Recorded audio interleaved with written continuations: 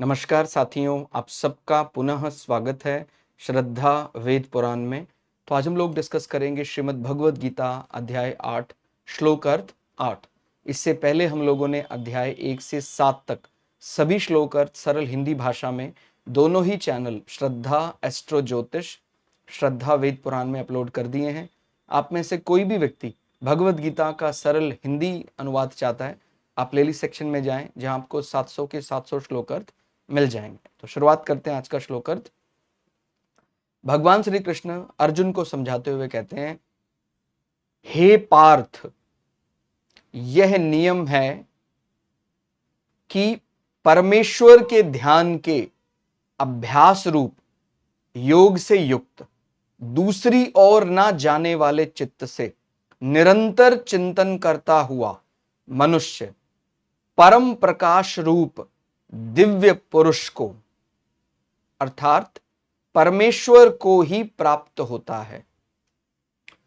तो जिस प्रकार से हम कुछ पहले श्लोक अर्थ पढ़ चुके हैं, तो हमें पता है कि 8वां जो अध्याय है वो मुख्य रूप से इस बात को जानने के लिए है कि कौन परमात्मा को प्राप्त हो सकता है अपने अंतिम पलों में, किस प्रकार से वो तैयारी करे, वो क्या करे, क्या किसकी पुनरावृत्ति, किसका अभ्यास करे जिससे वो परमात्मा को प्राप्त हो जाए। और इनमें से कोई भी श्लोक अपने आप में संपूर्ण है। मतलब आप यदि 7वां श्लोक अर्थ पढ़ेंगे, 6ठा श्लोक अर्थ पढ़ेंगे, ये हम पर निर्भर करता है कि हमें कौन सा तरीका ज्यादा भाता है।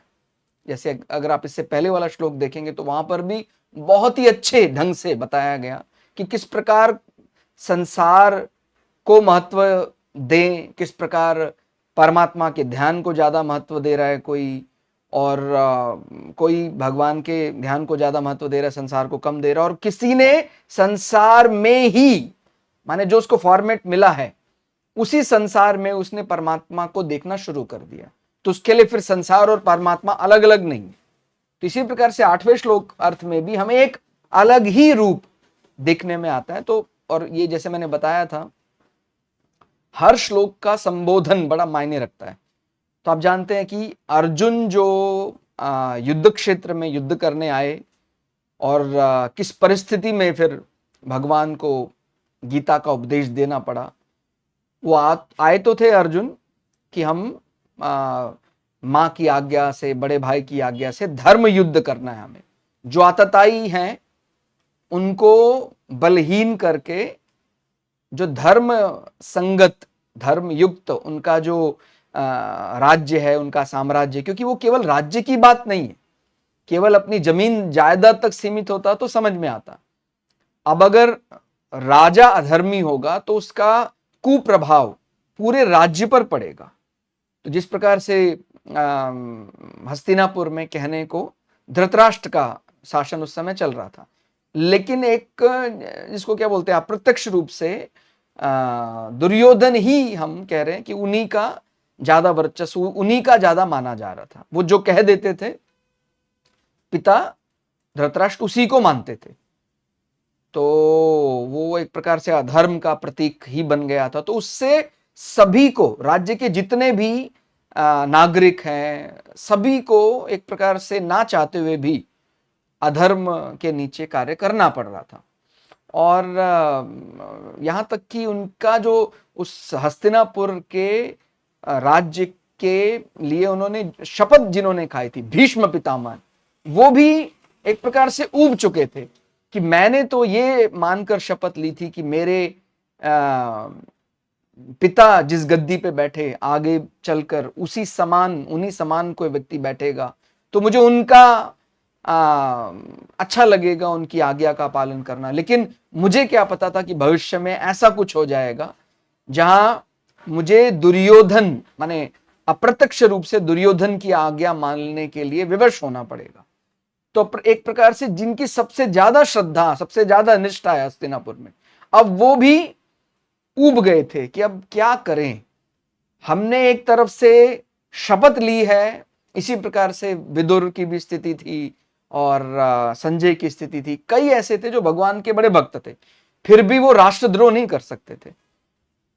तो वो अब वो अपने धर्म को निभा रहे। तो यहां ये बात भी समझनी है कि पूरी निष्ठा के साथ सामने वाले पक्ष में भी जो पूरी निष्ठा के साथ बिना लोभ के अपने धर्म को निर्वहन कर रहा है, उनको भी बराबर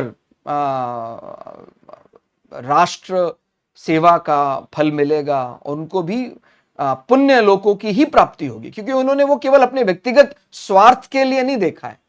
ठीक है, वो किसी की आज्ञा, अपनी शुद्ध जो उन्होंने कसम खाई, उस प्रतिज्ञा के लिए अपने प्राण, पवित्र प्रतिज्ञा के लिए अपने प्राण न्योछावर भी कर दिए। तो अब जब अर्जुन वहां पहुंचे तो बार बार भगवान का संबोधन जो आप देख रहे हैं, गीता का उपदेश जब भगवान ने दिया, ऐसी धर्म की स्थिति, माने धर्म संकट पैदा हो गया, अर्जुन को लगा कि ये तो मेरे सामने वाले भी अपने ही हैं, इन पर बाण चलाएं ना चलाएं। फिर भगवान कुछ ऐसी बात भी बोल देते हैं बीच बीच में कि जो योद्धा के लिए अनुकूल है। फिर बीच बीच में उसको याद भी दिलाते हैं अर्जुन को कि आप कौन हैं, आप प्रथा पुत्र अर्जुन है। हालांकि प्रथा के पुत्र तो सभी हैं, माने एक प्रकार से ये जो संबोधन है पार्थ, ये युधिष्ठिर को भी दिया जा सकता है और भीम को भी दिया जा सकता है, और ये संबोधन नकुल सहदेव को भी दिया जा सकता है। ठीक हो गया, क्योंकि मां तो, बड़ी मां तो वो भी कह रहे हैं, लेकिन मुख्य रूप से अभी युद्ध क्षेत्र में भगवान अर्जुन के साथ हैं, अर्जुन के सारथी हैं। तो अर्जुन को बार बार याद दिलाते हैं कि आप जिसके लिए आए हैं, अपने लिए तो आप आए नहीं है भाई। एक प्रकार से उन्होंने ही याद दिलाया था कि क्षत्राणियां जिस दिन के लिए अपने पुत्रों को जन्म देती हैं, वो दिन अब आ गया है। क्योंकि वो भी कुंती ने भी बहुत लंबे समय तक इंतजार किया कि युद्ध ना हो, लेकिन जब उन्होंने देखा हर प्रकार से सारे रास्ते बंद हो गए, भगवान श्री कृष्ण शांति दूत बनने के लिए आए, उन्होंने इतने बड़े राज्य को छोड़कर केवल 5 गांव तक बोला कि आप दे दीजिए, जो पूरे के पूरे राज्य के राजा उनको वो 5 गांव में काम चला लेंगे।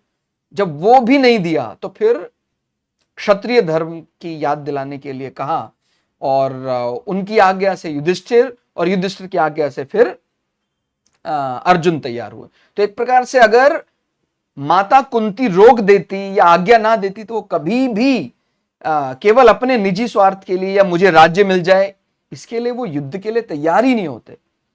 तो आप ये समझ रहे हैं, इस युद्ध में भी, इस धर्म युद्ध, क्यों इसको धर्म युद्ध कहा जा रहा है, इस युद्ध में अर्जुन अपने कोई व्यक्तिगत हित के लिए युद्ध नहीं कर रहे हैं, एक आज्ञा मानकर युद्ध कर रहे हैं। तो ये जो संबोधन है, हे पार्थ, यानी आप प्रथा के पुत्र हैं और आप धर्म के लिए युद्ध करने आए हैं, तो आप बिल्कुल जो कर रहे हैं वो सही है।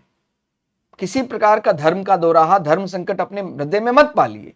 आप ऐसा क्यों सोच रहे हैं कि आप अपने लिए युद्ध कर रहे हैं? ठीक हो गया। तो एक प्रकार वो पारिवारिक गौरव, मातृत्व भावना, युद्ध क्षेत्र में उनके मां के बारे, उनके सम्मान के बारे भी याद दिलाना पार्थ नाम बिल्कुल सार्थक यहां साबित होता है। माने पार्थ बोलकर भगवान कई कार्य एक साथ कर रहे हैं। तो जैसे कवियों की शैली होती है, वो संबोधन से कई, माने बहुत ही एक शब्द से बड़ी गूढ़ बात कह जाते हैं। ऐसे ही यहां भगवत गीता में भी अलग अलग जगह पर भगवान ने अलग अलग संबोधन से अर्जुन को पुकारा। तो हे पार्थ, पहचान तू कौन है, प्रथा का पुत्र पार्थ, पहचान। अपनी माता के आदेश के लिए उन्होंने आपको एक प्रकार से धर्म की रक्षा के लिए कहा, आप यहां आए हैं, ठीक है। तो उसी प्रकार आप नियमों पर डटे रहें, और अब जो बता रहा हूं उसको भी सावधान होकर सुने।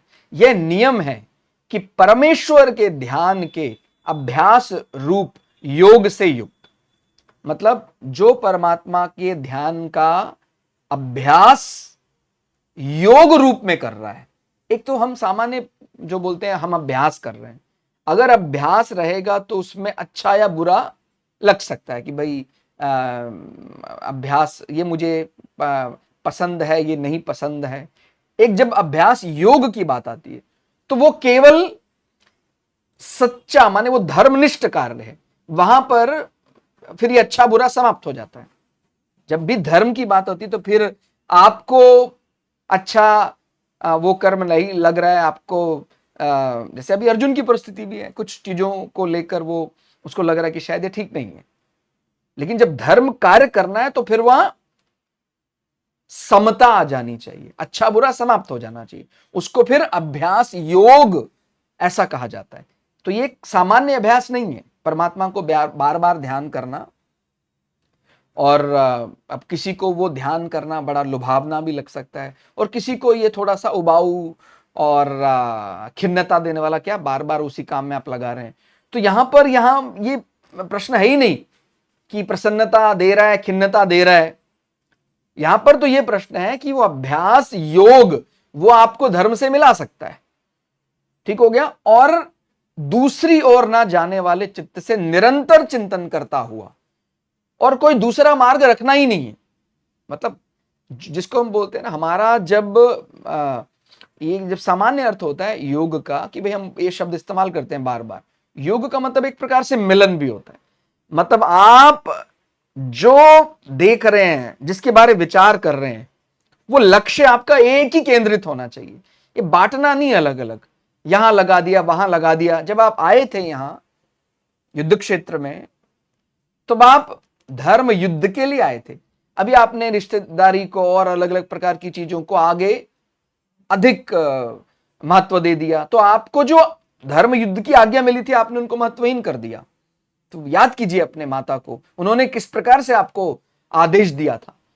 तो यहां पर यह बात भी समझना है कि जब हमारा लक्ष्य सामने होता है तो फिर हमारा जो वास्तविक लक्ष्य है वही सामने होना चाहिए, कोई आसपास की चीजें उस लक्ष्य को बाधित ना कर सके। तो दूसरी ओर ना जाने वाले चित्त से निरंतर चिंतन करता हुआ, ठीक होगा। तो चित्त कैसा होना चाहिए? एकाग्र। योग का मतलब मिलन, अपने चित्त को पूरी तरह से जो आपका ध्येय है, जो आपका वास्तविक लक्ष्य है, वहां लगा दो अपने, जिसको क्या बोलते हैं ना विज्ञान की भाषा में, कि आपका जो एंटीना, माने अगर माइंड को एंटीना मान रहे हैं तो वो ओमनी डायरेक्शनल का मतलब होता है सभी दिशाओं के बारे विचार करे या केवल एक के बारे विचार करे।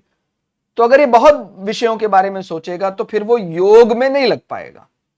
ओमनी डायरेक्शनल एंटीना हो गया, और केवल एक मेरा वास्तविक लक्ष्य क्या है मेरा, तो वो यूनी डायरेक्शनल एंटीना, यूनि यानी एक दिशा में लगाने वाला चिंतन, एक ही जगह लगाना है, परमात्मा में लगाना है, वास्तविक लक्ष्य, ठीक हो गया। और परमात्मा का, जब हम परमात्मा की बात करते हैं तो अपने आप में संपूर्ण है वो, फिर कुछ और रह नहीं जाता है, सत्यनिष्ठ है वो, हमारा अनुशासित कर्म है वो, वहां पर कोई अनुशासनहीनता हो ही नहीं सकती है।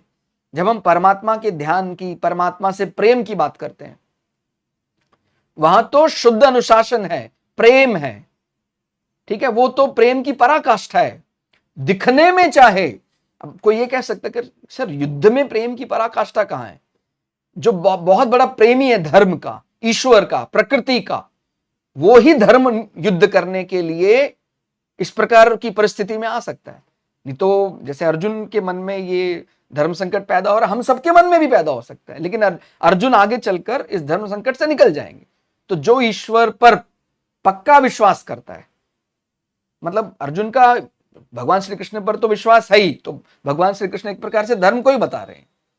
तो जो धर्म पर धर्मनिष्ठ है पक्का, उसके बीच बीच में मन उसके भंवर उठ सकते हैं, लेकिन अगर उसको अटूट विश्वास है परमात्मा पर तो उसको मार्ग मिल ही जाएगा, ठीक हो गया। तो निरंतर चिंतन करता हुआ मनुष्य परम प्रकाश रूप दिव्य पुरुष को, अर्थात परमेश्वर को ही प्राप्त होता है।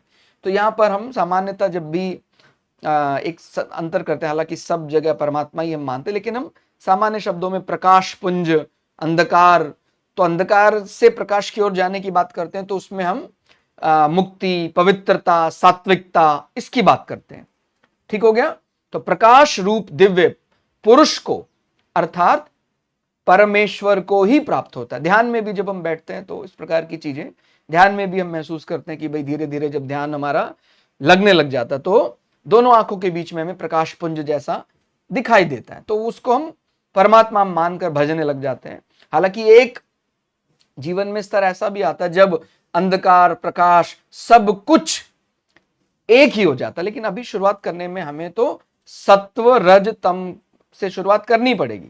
जैसे हम आगे या पुराने श्लोकों में भी पढ़ा हमने, आगे भी पढ़ेंगे कि एक समय ऐसा भी आएगा जब हमें तम के बाद रज के बाद सत्व को भी छोड़ना पड़ेगा। लेकिन शुरुआत में सत्व को एक प्रकार से प्रकाश माना गया है कि भाई तमस का मतलब कि मेरी आकांक्षाएं भोग के लिए मैं दूसरे को नुकसान भी पहुंचा सकता हूं, तमस रूप। रज का मतलब मेरी आकांक्षाएं हैं लेकिन मैं सामान्यतः किसी को नुकसान नहीं पहुंचाना चाहता हूं। सत्व में मैं किसी को नुकसान नहीं, जो प्रकृति के लिए सेवा रूप करूंगा। तो अभी हम उसके सत्व रूप कह लें या सगुण निराकार रूप हम दिव्य पुरुष का आवाहन करेंगे और उन्हीं को प्राप्त हो जाएंगे। थोड़ा और सरल करके यदि पढ़ें तो संसार से मन हटाकर परमात्मा में बार बार मन लगाने का नाम अभ्यास है। तो इसका बार बार अपने को अभ्यास करना पड़ेगा। लेकिन ये अभ्यास अकेला चलेगा तो बात नहीं बनेगी। अभ्यास और समता का नाम योग है। ठीक हो गया। तो हमें साथ में समता भी रखनी पड़ेगी। समता यानी समन्वय, और ये जो द्वंद्व है, द्वंद्व को समाप्त करना है। अच्छा लग रहा है, बुरा लग रहा है, वो नहीं। अभ्यास के बाद जो हमारे लिए अच्छा है वो हमने करना ही है। तो अभ्यास में मन लगने से प्रसन्नता होती है और मन ना लगने से खिन्नता होती है। भाई आप अभ्यास कार्य कोई कर रहे हैं, अगर मन लगेगा तो बड़ा अच्छा प्रसन्नता लगेगी, मन नहीं लगेगा तो खिन्नता होगी। लेकिन जब ये अभ्यास योग का नाम दिया जाता है, जब ये अभ्यास तो है पर अभ्यास योग नहीं, तभी तक ये खिन्नता और ये प्रसन्नता रहेगी। लेकिन अगर अभ्यास योग हो जाता है तो फिर प्रसन्नता और खिन्नता दोनों ही नहीं होंगे। केवल अपने लक्ष्य की ओर प्रतिदिन दृढ़ता से बढ़ना अभ्यास योग कहा जा सकता है। ठीक हो गया। तो अब निरंतर अभ्यास करना, तो यानी प्रतिदिन पूरे अनुशासन के साथ, दृढ़ता के साथ बढ़ते जाना। उसमें फिर ये सब विचार करने का समय ही नहीं है कि मैं प्रसन्न हो रहा हूं, मैं खिन्न हो रहा हूं। ये धर्म है, हर दिन दृढ़ता से बढ़ते जाओ। तो यह अभ्यास योग माना जाएगा। आगे चित्त, इसमें अन्यगामी ना हो। तो जो ये बात कही गई कि दूसरी ओर नहीं जाना चाहिए। माइंड को, जब हम बोलते हैं ना मन को यूनी डायरेक्शनल बनाएंगे तो मतलब जीवन में तो हमें वास्तविक लक्ष्य मिलेगा ही, आध्यात्मिक उन्नति हमारी होगी, लेकिन सांसारिक जीवन में भी हमें बहुत लाभ मिलेगा। एक विद्यार्थी को भी विद्या अध्ययन करने के लिए आप पूछेंगे गुरु से तो वो भी बार बार बोलता है कि अपने मस्तिष्क को एक जगह लगाओ। जब उसको विज्ञान की कक्षा में पढ़ाया जा रहा है कि किस प्रकार से व्यक्ति चलता है, गति का नियम क्या है, अगर वो पढ़ा रहा है गति के बारे और उस समय पर विद्यार्थी कहीं बाहर देख रहा है, कुछ और ध्यान कर रहा है, तो फिर उस समय तो कक्षा में वो अगर कोई ऐसा माने कक्षा का काम छोड़कर कहने को वो देव कार्य भी कर रहा है तो भी ठीक नहीं है। उस समय तो उसका एक ही कार्य है, उसकी एक ही पूजा है कि अपने विद्यार्थी धर्म का पूरी निष्ठा से पालन करे और मन को एकाग्र करके एक समय पर एक यानी विद्या का अध्ययन करे। अगर उसको उस समय गति का नियम, सिद्धांत अच्छे से समझ में आ जाता है तो वो मन उसके बहुत काम आएगा। इस प्रकार का मन उसने जो बना लिया, डेवलप कर लिया, और एक समय पर ये भी कर रहा है, वो भी कर रहा है और पूरी तरह एक भी नहीं कर पा रहा है, तो उसको फिर अच्छी विद्या नहीं मिल पाएगी या उसको अच्छा विद्यार्थी नहीं माना जा सकता है। ठीक हो गया। तो ये बात ध्यान रखिए, चित्त अन्यगामी ना हो, कहीं और ना भागे बार बार। तो ऐसा करेगा ही मन बार बार, उसको पकड़कर दोबारा लाना पड़ेगा, फिर भागेगा, फिर पकड़कर दोबारा लाना होगा। अर्थात एक परमात्मा के सिवाय दूसरा कोई लक्ष्य ना हो तब तक तैयारी करनी है। ऐसे चित्त से परम दिव्य पुरुष का अर्थात सगुण निराकार परमात्मा का चिंतन करते हुए शरीर छोड़ने वाले मनुष्य उसी परमात्मा को प्राप्त हो जाते हैं। ठीक हो गया। तो जब तक हम सत्व में हैं, माने सत्व को हमने नहीं समझा है, तो सत्व हमारे लिए सर्वोपरि है। और एक बार जब हम उसको समझ जाते हैं तो फिर हम ये भी आगे पढ़ेंगे कि हमें सत्व के भी ऊपर जो रूप है, जो निर्गुण निराकार, उसको आगे पहुंचना होगा। तो स्टेप बाय स्टेप चढ़ना है हमें।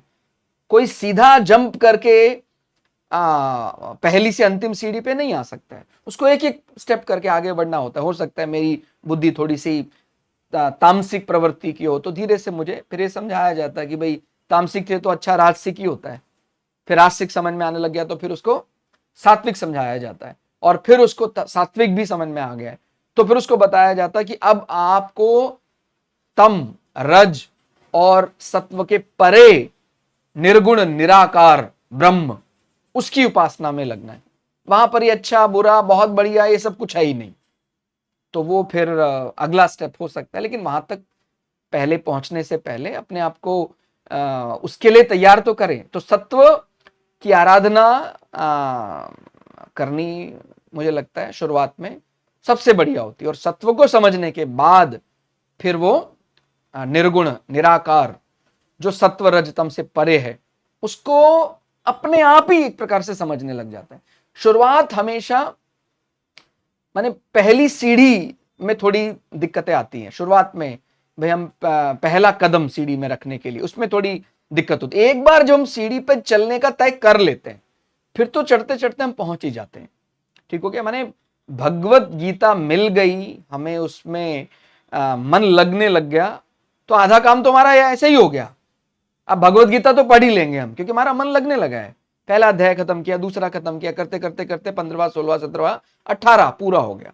तो भगवत गीता को अपने आप में संपूर्ण माना जा सकता है, यानी आप इसको पूरी तरह से समझ लेते हैं तो मुझे लगता है सच में आपका कल्याण हो ही जाएगा। ठीक हो गया, तो इसको छोटा मानकर या बहुत ज्यादा है ऐसा मानकर नहीं, अपने आप में संपूर्ण मानकर भजते हैं भगवत गीता को। तो आज के श्लोक अर्थ में फिलहाल इतना ही। श्लोक अर्थ आपको कैसा लगा कमेंट करके जरूर बताइएगा। मिलते हैं अगली वीडियो में, तब तक के लिए जय श्री भगु पराशरा, जय श्री शुक्राचार्य, नमस्कार।